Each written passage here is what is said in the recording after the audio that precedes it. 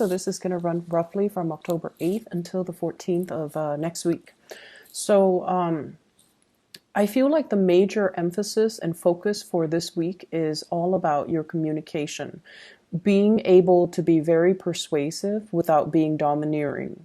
And I also feel being able to persuade people with facts rather than manipulation. Okay. A lot of the times when we want somebody to kind of do things that we think they should do, and we kind of justify it by saying, oh, it's for their better good, it's for their greater good, or it's for their best interests. And we might be in a position where we kind of spin the truth or omit truths, or spin a situation so that it skews other people's perception in a specific direction, and that is manipulation. So I feel like this energy is coming in with both of these spreads, so you want to be a little bit careful about your intentions, and you want to be a little bit mindful about not infringing on people's free will. And even if they make decisions that you don't agree with, it's really important to provide the whole truth so that other people can, make informed, enlightened decisions. Okay. When it comes to your romantic sector, I feel like you're dealing with a partner who you consider to be kind of like the pillar of stability. Okay. You have a really, really stable romantic partner in your life that you're either coupled up with, or somebody that you are thinking about heavily, or you're really in love with. The person shows up as the Ten of Pentacles. So this is their energy. And what it denotes to me with this Ten of Pentacles is someone who's very, very career oriented. They're very family oriented as well. They keep in touch with their extended family members, grandparents, parents, nieces and nephews, aunts and uncles. So it's somebody that comes from a large family, and they take family roles and relationships very, very, very seriously. And in a way, I feel like they are very mindful of other people's faults, but they don't hold grudges against other people.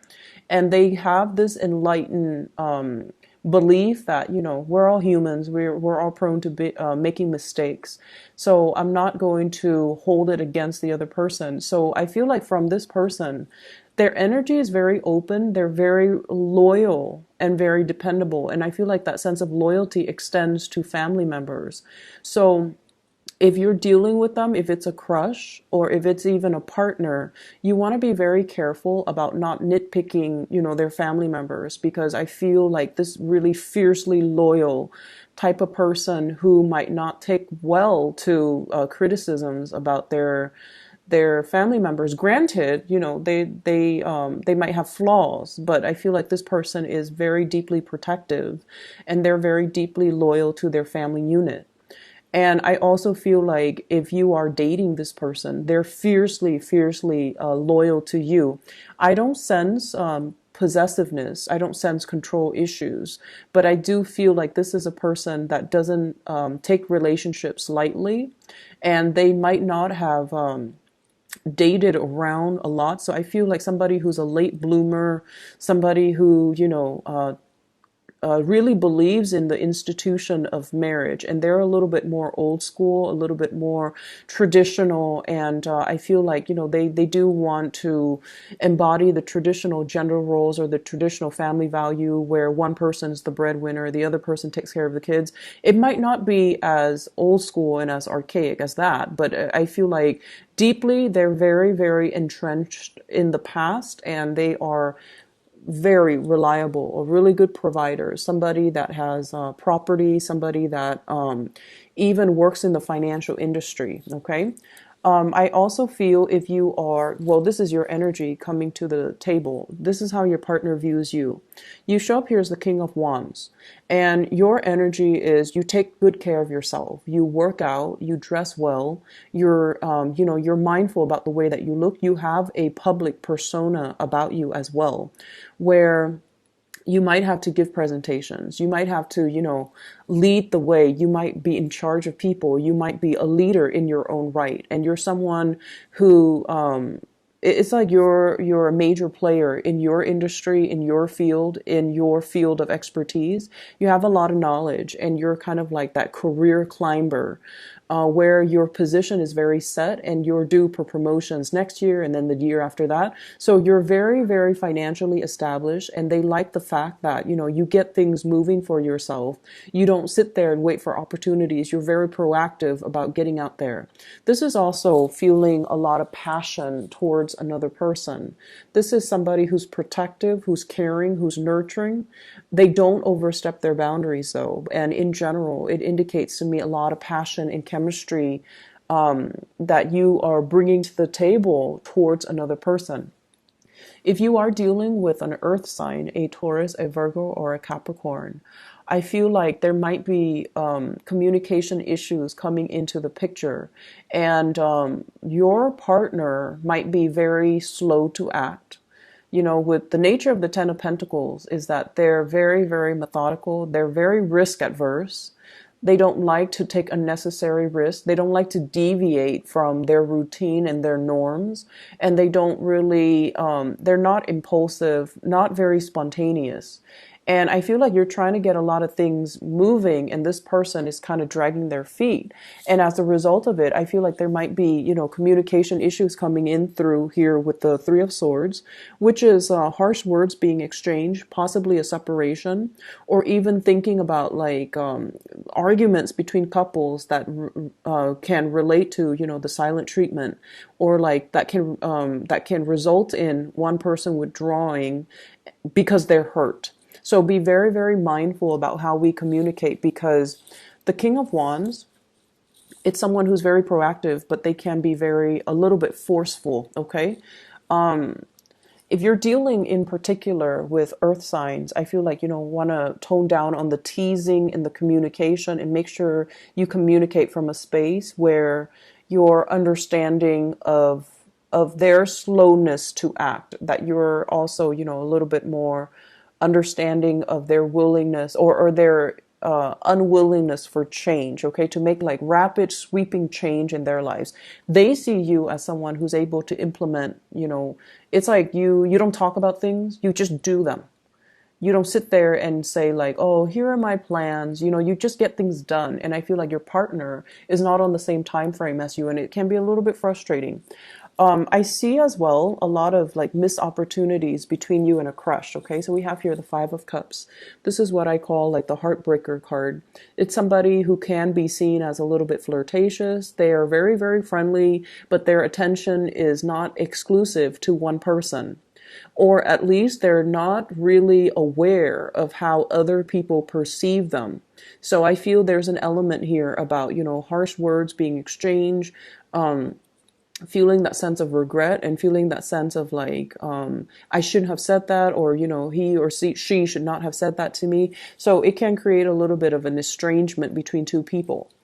And we also have the devil energy coming through here, which indicates, I feel like, for some of you who are not in well, you could be in a committed relationship, you're dealing with another person that might have entanglements elsewhere. Okay, so they might have a family, they might have, you might find out this week, like somebody you're interested in is already in another relationship. If they've been flirting with you hardcore, then, I feel like you're going to put a stop to that. I don't see third party meddling, but I do feel like there's a presence of third parties, and it's indicated with the Ten of Pentacles, which is a family card, as well as the Devil, which indicates really strong attraction to another person, but it's not really seeing the light of day here with the Three of Swords, mainly because somebody is engaged, married, in another relationship, or, coupled up with somebody else, or they have other arrangements that's disallowing you to come to them, or disallowing them to come forward to you, and for the two of you to come together and date. The other areas that I'm going to touch on here is, I feel like for many of you, there's a sense of like self-consciousness, being self-conscious, feeling like anxiety, and I feel like it's in the realm of public speaking. Okay, many of you have high levels of education. So I feel like the majority of people who are watching this you guys have like a high level of education, and it's indicated here with the magician. This is somebody I feel like, it's somebody who has a mastery over many subjects. So you might have a master's degree, you might have a PhD, you might have a bachelor's degree, you might have multiple certificates, might have multiple degrees. And I feel almost like you're trying to find ways in which to make use of all your skills, okay? And you're trying to, as well, I feel, reach out to a larger demographic. You're trying to reach out to a larger group of people. And what I'm sensing is with this world card, I feel like there's a lot of hesitation, even though you are a major player in your field. I feel like there is hesitation and reservation from your end about public speaking, about speaking out, about being center stage, about, having all eyes on you. It can make you feel a little bit uncomfortable. And I mentioned before with Virgo people, you're very good at working behind the scenes and letting somebody else shine under that spotlight. You're not an attention hog, But I also feel like you're thrust into some type of a new work situation where your ability to speak, your ability to be very eloquent with your speech, to be very concise with your communication, and to be very articulate. Somewhat like if it's interpersonal relationship, you do just fine. But if it's in a large group setting, the anxiety sets in and self-consciousness sets in, and you're not able to convey the messages to the best of your capabilities. And I feel like you might be beating yourself up over it. Rehearse, rehearse, rehearse. Okay, rehearse so that everything flows naturally, and so that you're not scrambling at the last minute. Just rehearse. It does wonders for you. Okay. So I see that element coming through where there's like social anxiety, or even like public speaking, fear of public speaking and things like that. I feel for many of you, there are, it's like making decisions with another person, trying to decide, and I feel like it's heavily work focused, okay? I see a lot of work trips, a lot of travel and movement happening for you guys as well. And I feel some of you are finishing up something, like possibly publishing. You're trying to get people to publish it, or you are trying to attend like conferences where you have to, talk about what you just published. And then I also feel people finishing up something, possibly finishing up with school. And then traveling to, for job interviews, traveling to try to find financiers or funding for some type of project. It's going to be a very busy week, but I see this big element about you rubbing elbows with people that are also major players in their field, and they're going to be able to give you a lot of assistance, a lot of technical expertise, and it's going to really help you overcome a lot of these issues, okay?